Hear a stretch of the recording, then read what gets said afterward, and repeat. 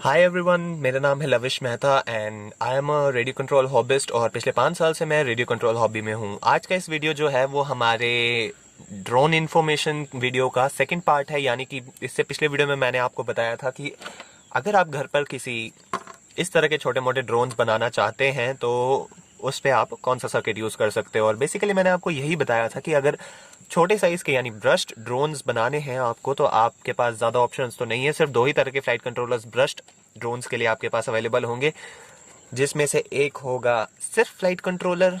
चलिए ज़रा जूम कर लेते हैं इसके ऊपर। और दूसरा होगा फ्लाइट कंट्रोलर प्लस रिसीवर। यहाँ पर जो ये वाला सर्किट है ये सिर्फ एक फ्लाइट कंट्रोलर है और इसके साथ अलग से रिसीवर लगाना होता है और इसे मेनली प्रोफेशनल्स यूज़ करते हैं। जबकि ये वाला जो फ्लाइट कंट्रोलर है ये एक नॉर्मल फ्लाइट कंट्रोलर है और इसमें एक रिसीवर जो है वो इंटीग्रेट कर दिया गया है। यानी कि कंपनी ने इसके अंदर एक रिसीवर इनबिल्ट बना के दिया है और ये सिर्फ ड्रोन बनाने के काम आता है। और अगर आप एक बिगनर हैं या फिर सस्ते में ड्रोन बनाना चाहते हैं तो ये सर्किट आपके लिए एक बेटर ऑप्शन हो सकता है। लेकिन आज का वीडियो जो है हमारा आगे की बात करने की है कि आखिर जब बात आ जाए दूसरे कैटेगरी की, यानी कि मैंने आपको पिछले वीडियो में जैसे कि बताया था कि मेरा पहला ड्रोन जो था वो था एक ब्रश ड्रोन्स। क्योंकि पहला ड्रोन यूजुअली आपको एक सस्ता और सिंपल सा बनाना होता है जो ज़्यादा पावरफुल ना हो। तो अगर पहला ड्रोन बनाने की बात हो तो मैंने इसी तरह का एक ड्रोन बनाया था which was very very nicely working drone. चलिए उसके बारे में बाद में बात करेंगे। फिलहाल तो अगर पहला ड्रोन बनाना है तो ये काफ़ी अच्छा ऑप्शन है और इसके लिए ब्रश लाइट कंट्रोलर्स। लेकिन जब बात आ जाए प्रोफेशनलिज्म की, क्योंकि ऐसा तो नहीं है कि मैं पूरी लाइफ टाइम छोटे मोटे ड्रोन्स के ऊपर ही काम करता रहूँ, कभी ना कभी तो कुछ बड़ा करना ही पड़ता है और ख़ुद को टाइम के साथ अपग्रेड करना एक बहुत इंपॉर्टेंट फैक्टर होता है in terms of success. That's why मैं उतरा कुछ इस तरह के ड्रोन्स के ऊपर which is known to be as brushless drones. अभी के लिए फ्लाइट कंट्रोलर्स को साइड पे करते हैं और इस पे ध्यान देते हैं। इसे कहा जाता है ब्रशलेस ड्रोन। करंटली जो ड्रोन आप इस वक्त स्क्रीन पर देख रहे हैं ये है एक QAV-250 रेसिंग क्वाडकॉप्टर। यानी कि QAV-250 जो है इसके ड्रोन का नाम है। यानी ये फ्रेम जो मैं यूज़ कर रहा हूँ इस ड्रोन में इसका नाम 250 है। ये 250 mm लेंथ का है इसलिए इसका नाम एक 250 रेसिंग क्वाड है। और इसके ऊपर जो मैं मोटर्स यूज़ कर रहा हूँ वो है RS-2205। और जी नहीं, ये 2005 रुपये की नहीं है रियलिटी में, बट इसका मॉडल नंबर RS-2205 है। यूजुअली आप लोग इसे ₹2025 में बोलने वाले हो, लेकिन नहीं, ये 2000 रुपये की मोटर नहीं है, सस्ती है बट एडजस्ट कर लो यार। और ये एक ब्रशलेस मोटर है और पिछले वीडियो में मैंने आपको ये बताया था एक ब्रशलेस मोटर वही मोटर होती है जिसके अंदर 3 वायर्स होती हैं। इसके अंदर डायरेक्टली करंट नहीं डाला जा सकता। इसको चलाने के लिए हमें एक स्पेशल तरह का इलेक्ट्रॉनिक इक्विपमेंट चाहिए होता है जिसे कहा जाता है इलेक्ट्रॉनिक स्पीड कंट्रोलर। और इस इलेक्ट्रॉनिक स्पीड कंट्रोलर को पावर डिस्ट्रीब्यूट करने के लिए हमें इसके अंदर सर्किट्स यूज़ करने होते हैं, जहां से हमारे वीडियो का मेन चीज़ शुरू होता है कि इस ड्रोन पे क्या सर्किट्स लगाने चाहिए। तो फर्स्ट ऑफ ऑल जब हम इसके ऊपर मोटर्स, इसके इलेक्ट्रॉनिक स्पीड कंट्रोलर्स चढ़ा लेते हैं, फिलहाल तो इसमें LEDs भी लगाई हैं मैंने, बट आप एडजस्ट कर लीजिए। तो बात आ जाती है कि इससे आगे हमें क्या करना है। तो यूजुअली जो फ्लाइट कंट्रोलर से पहले इसके ऊपर सर्किट चढ़ाया जाता है उसे कहा जाता है PDB स्टैंड करता है पावर डिस्ट्रीब्यूशन बोर्ड के लिए। और जैसे इसका नाम है वैसे इसका काम है। यानी कि ये पावर डिस्ट्रीब्यूशन बोर्ड जो है 4 इलेक्ट्रॉनिक स्पीड के अंदर एक बैटरी से पावर को डिस्ट्रीब्यूट करता है। फिर से एक इंजीनियर के पर्सपेक्टिव से देखा जाए तो आप देख सकते हो, लेट मी जूम फर्स्ट। तो आप देख सकते हो यहाँ पर मैंने जो है एक पावर डिस्ट्रीब्यूशन बोर्ड यूज़ किया है। इस पावर डिस्ट्रीब्यूशन बोर्ड का नाम है CC3D power distribution board. Link description में मिल जाएगा, वहाँ जाके आप इसे खरीद सकते हैं। और यहाँ पर जो है सारे पॉजिटिव इकट्ठे जोड़ दिए गए हैं और सारे नेगेटिव एक साथ जोड़ दिए गए हैं।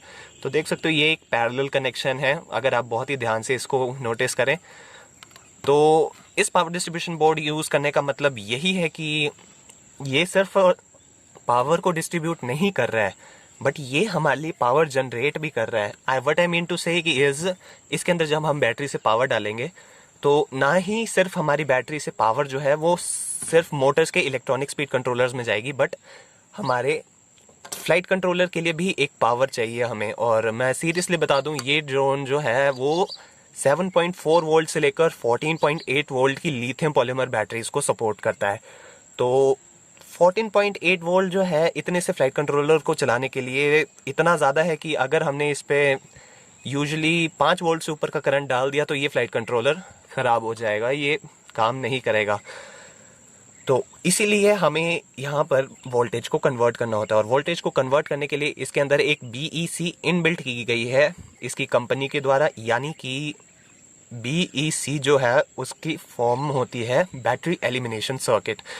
यानी कि जब हम इसके ऊपर इसकी आर्टिफिशियल इंटेलिजेंस लगाएंगे, यानी कि इसके ऊपर एक ऐसा कंप्यूटर लगाएंगे जो इस पूरे ड्रोन को खुद उड़ाना सीख ले, उसको पावर करने के लिए यहाँ से हम एक 5 वोल्ट की सप्लाई लेंगे, और वो 5 वोल्ट की सप्लाई जो है वो इसके अंदर एक इनबिल्ट है। साथ ही साथ इसमें एक 12 वोल्ट की सप्लाई भी इनबिल्ट है, जो कि आप यहाँ देख सकते हैं। ये जो दो छोटे से होल्स दिख रहे हैं ना आपको, ये इसकी 12 वोल्ट की सप्लाई है। और इस 12 वोल्ट की सप्लाई को आप छोटे मोटे अलग अलग तरह के काम करने के लिए यूज़ कर सकते हैं। जैसे कि इसके अंदर अगर कैमरा लगाना हो तो उसका वीडियो ट्रांसमीटर जो होता है उसको भी पावर देने के लिए आपको 12 वोल्ट चाहिए होंगे, क्योंकि वीडियो ट्रांसमीटर को आप डायरेक्टली तो लिपो बैटरी से कनेक्ट नहीं कर सकते, क्योंकि पावर ज़्यादा होती है लिपो बैटरी में यार, एम्परेज और करंट का भी थोड़ा ध्यान रखना पड़ता है। ये सर्किट मेन काम यही करता है, जो 12 वोल्ट इसको मिलता है ये उसे प्योरीफाई करके 12 वोल्ट 3 एम्पेयर पे आपके ड्रोन के कैमरा के लिए यूज़ करता है, और एट द सेम टाइम ये 12 वोल्ट को 5 वोल्ट में कन्वर्ट करके एक कांस्टेंट करंट के ऊपर हमारे फ्लाइट कंट्रोलर को कंट्रोल करता है। These types of circuits are very very common in our radio control hobby. और चलिए इसके साथ हम अपने अगले पॉइंट पे आते हैं, which is known to be as कि पावर डिस्ट्रीब्यूशन बोर्ड के बाद इसके ऊपर क्या यूज़ करना चाहिए। पावर डिस्ट्रीब्यूशन बोर्ड यूज़ करने के बाद हमें इस ड्रोन को कंट्रोल करना है। यानी कि ये ड्रोन जो है ये काफ़ी कॉम्प्लेक्स ड्रोन है। अब ऐसा तो है नहीं कि अगर मैं इस ड्रोन को सिंपली रिमोट से अगर सिग्नल दे दूं तो ये लेफ्ट राइट होने लग पड़ेगा। इसके ऊपर बहुत ज़्यादा एरर आएंगी। भले ही इसकी सारी मोटर्स एक ही कंपनी की हैं, पर फिर भी अगर मैं इन सभी मोटर के अंदर सेम ही करंट डाल दूं तब भी ये सेम स्पीड से नहीं घूमेंगी। अगर इन्हें सेम स्पीड से घुमाना है तो इनकी हर मिली सेकेंड पे इनकी स्पीड को नोट करके उस पर करेक्शन डालनी होगी। यानी कि हर सेकेंड में जो इन पे एरर आ रहा है with in few minutes, I mean बहुत कम टाइम में हमें इसके अंदर आने वाली एरर्स को ठीक करना होता है। और उन एरर्स को ठीक करने के लिए हमें लगभग 1 सेकेंड के अंदर 30 to 40 कैलकुलेशंस करनी होती हैं। बट अनफॉर्चुनेटली हमारे पास इंसानी दिमाग है, और एक इंसान का दिमाग 1 सेकेंड पे ज़्यादा से ज़्यादा सिर्फ एक ही कैलकुलेशन कर सकता है। इसलिए यहाँ हमें हेल्प लेनी पड़ती है इस ऑन बोर्ड इस कंप्यूटर की।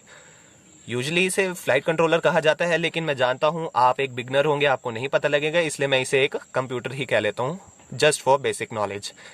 जो सर्किट आप तक इस वक्त देख रहे हैं इसका नाम है SPF3 रेसिंग फ्लाइट कंट्रोलर। मैंने पिछले वीडियो में भी बताया था, इस वीडियो में भी बताऊंगा। F3 जो होता है वो एक स्पेशल तरह का प्रोसेसर होता है जो कि जस्ट यहाँ पे है, और ये एक बहुत ही पावरफुल प्रोसेसर, यानी कि एक बहुत ही अच्छा प्रोसेसर माना जाता है ड्रोन मेकिंग में।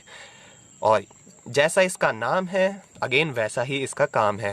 फ्लाइट कंट्रोलर है तो ये सारी की सारी फ्लाइट को कंट्रोल करने वाला है।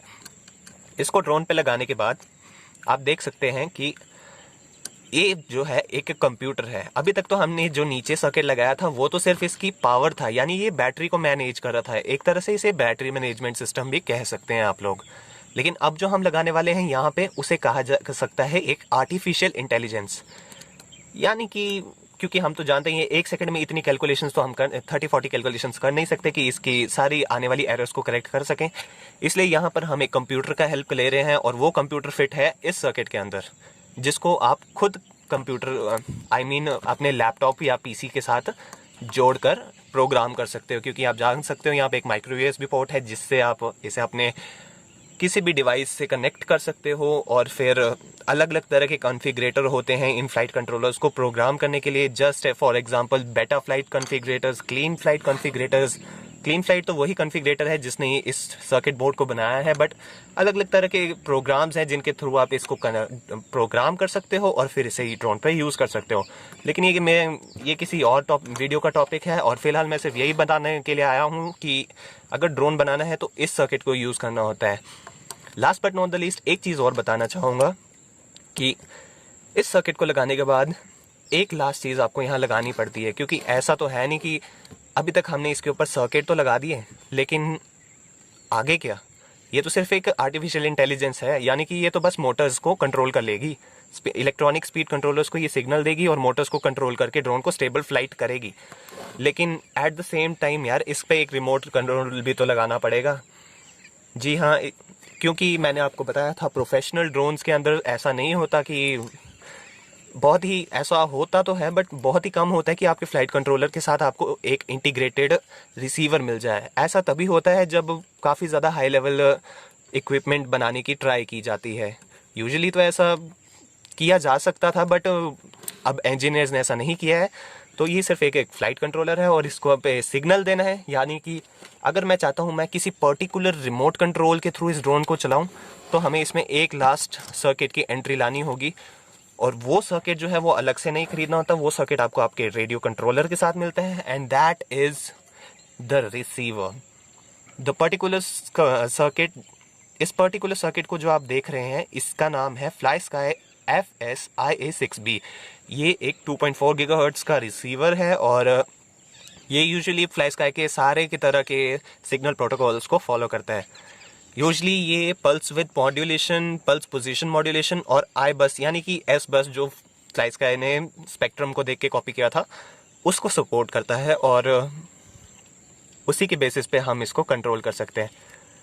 तो एक क्विक रिव्यू करने के लिए मैं आपको बता दूं, जो भी ड्रोन को उड़ाने के लिए मैं सिग्नल देता हूं वो सिग्नल जाने वाला है हमारे एंटेना में, एंटेना से आ रहा है वो रिसीवर में, रिसीवर से जा रहा है वो फ्लाइट कंट्रोलर में, और फ्लाइट कंट्रोलर जो है अपने सिग्नल आउटपुट्स के थ्रू वो यहाँ इलेक्ट्रॉनिक स्पीड कंट्रोलर्स को वो दे रहा है सिग्नल, और उस सिग्नल के बेसिस पे इलेक्ट्रॉनिक स्पीड कंट्रोलर हमारी मोटर की स्पीड को कंट्रोल कर रहे हैं, जिसके बेसिस पे हमारा ड्रोन उड़ रहा है। तो आज का वीडियो सिर्फ इतनी ही इन्फॉर्मेशन पे था कि अगर ड्रोन रेसिंग ड्रोन यानी एक ब्रशलेस ड्रोन बनाने वाले हो तो किस तरह का फ्लाइट कंट्रोलर और किस तरह का रिसीवर और किस तरह का आप इसके अंदर करने, यानी मेनली एक कौन सा सर्किट आप इसके अंदर यूज करते हो। तो फिलहाल के लिए आज का वीडियो इतना काफ़ी है। आने वाले वीडियो में आपको और ज़्यादा नॉलेज दी जाएगी, और ज़्यादा डीप लेके जाऊंगा मैं, और आने वाले वीडियो में मैं शायद इसी ड्रोन के ऊपर पूरा मैकेनिज्म आपको एक्सप्लेन करने वाला हूं कि आखिर ये ड्रोन कैसे चलता है, क्या करना पड़ता है इसमें, एटसेट्रा एटसेट्रा। तब तक के लिए अगर आपको इन 12 मिनट में कुछ समझ आया हो तो प्लीज़ मुझे कमेंट करके ज़रूर बताइएगा। इस वीडियो को लाइक करना मत भूलिए, शेयर कर दिए, सब्सक्राइब कीजिए, और अगर आपको ब्रश्ड फ्लाइट कंट्रोलर्स के बारे में जानना है तो ऑलरेडी इसका एक वीडियो बन चुका है जो कि मैंने इस वीडियो को बनाने से पहले अपलोड कर दिया है। लिंक डिस्क्रिप्शन में दे दूंगा, जाके पहले उस वीडियो को देख लीजिए। और ये सारा जो इलेक्ट्रॉनिक सामान है ना, ये सब का जो है लिंक डिस्क्रिप्शन में है। तब तक के लिए thank you, stay tuned, stay creative, signing off.